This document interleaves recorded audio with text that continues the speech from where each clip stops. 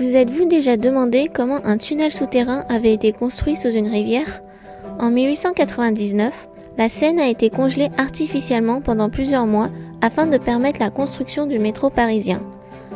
La ligne 4 obligea les acteurs du chantier à recourir à la méthode de congélation du sol pour traverser la Seine.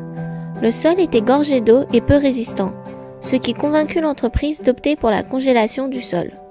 On a décidé de faire circuler de la saumure à moins 24 degrés pendant 24 jours. Le fluide circulait dans une soixantaine de tubes de congélation et le sol put ainsi être creusé selon les méthodes traditionnelles. La réalisation de cette portion, qui ne présentait que 14,5 mètres de long, dura 10 mois. Aujourd'hui, le liquide réfrigérant utilisé est l'azote liquide. Il est transporté au chantier par des camions-citernes spéciaux où il est maintenu à une température de moins 196 degrés sous une pression de 5 bars environ. La mise en froid du terrain encaissant est rapide, 3 à 4 jours. Ensuite, on assure simplement l'entretien avec de la saumure. La résistance du sol ainsi congelé est généralement élevée, écrasement sous 30 à 50 bars en compression simple. Il existe ainsi deux méthodes, directe avec l'azote liquide, rapide. L'inconvénient principal est le coût élevé de la fourniture en azote liquide. La méthode est bien adaptée aux chantiers de courte durée. Une autre indirecte avec de la saumure d'environ moins 35 degrés, mais la congélation est plus lente, de 3 à 4 semaines. La saumure est une solution aqueuse d'un sel, mais pour préparer cette solution, il faut dissoudre le sel dans de l'eau.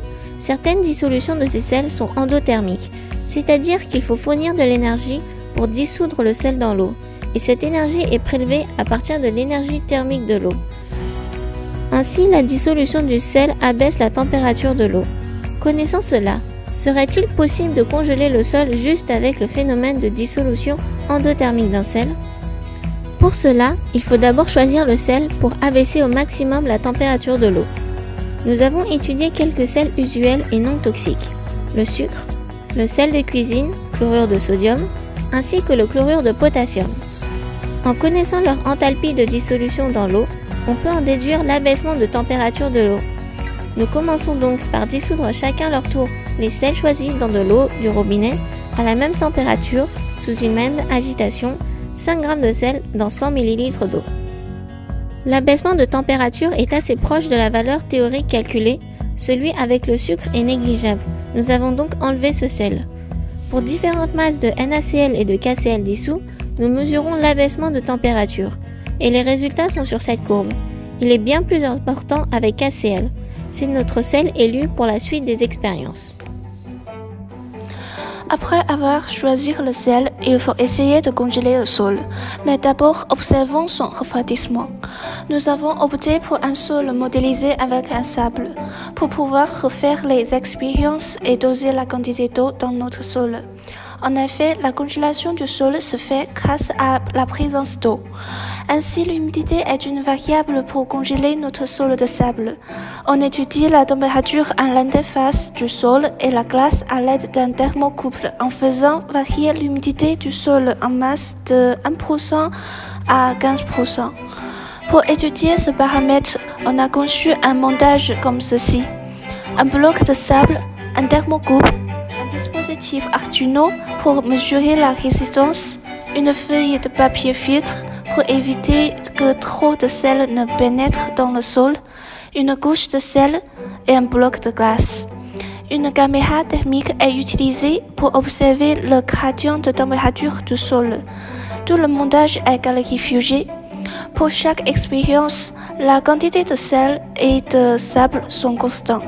On trouve que l'humidité optimale pour congeler le sol en sable est de 1% à 2%.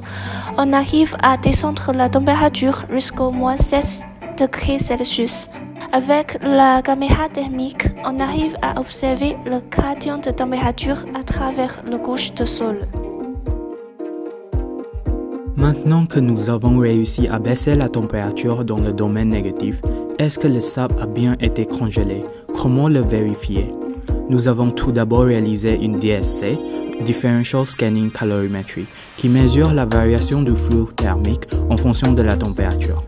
Les pics observés correspondent à la solidification exothermique de l'eau dans le sable. Ainsi, l'eau du sable gèle effectivement autour de -6 degrés Celsius. Mais comment observer ce phénomène lors de la congélation? Nous savons que la résistance électrique de l'eau liquide et de la glace est assez différente, de l'ordre de 1 mégaohm pour l'eau liquide et de 15 mégaohms pour la glace, soit un facteur 10 d'écart. Il est donc possible de mesurer la résistance électrique du sable au fur et à mesure de la congélation. En théorie, si l'eau présente au interstice des grains de sable gèle, la résistance du milieu augmente.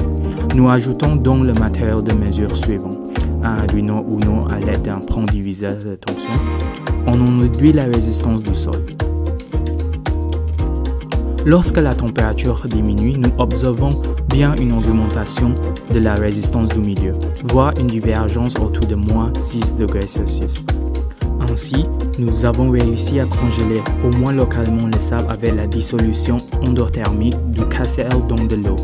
Mais la congélation totale avec cette méthode nécessite un abaissement plus important en température.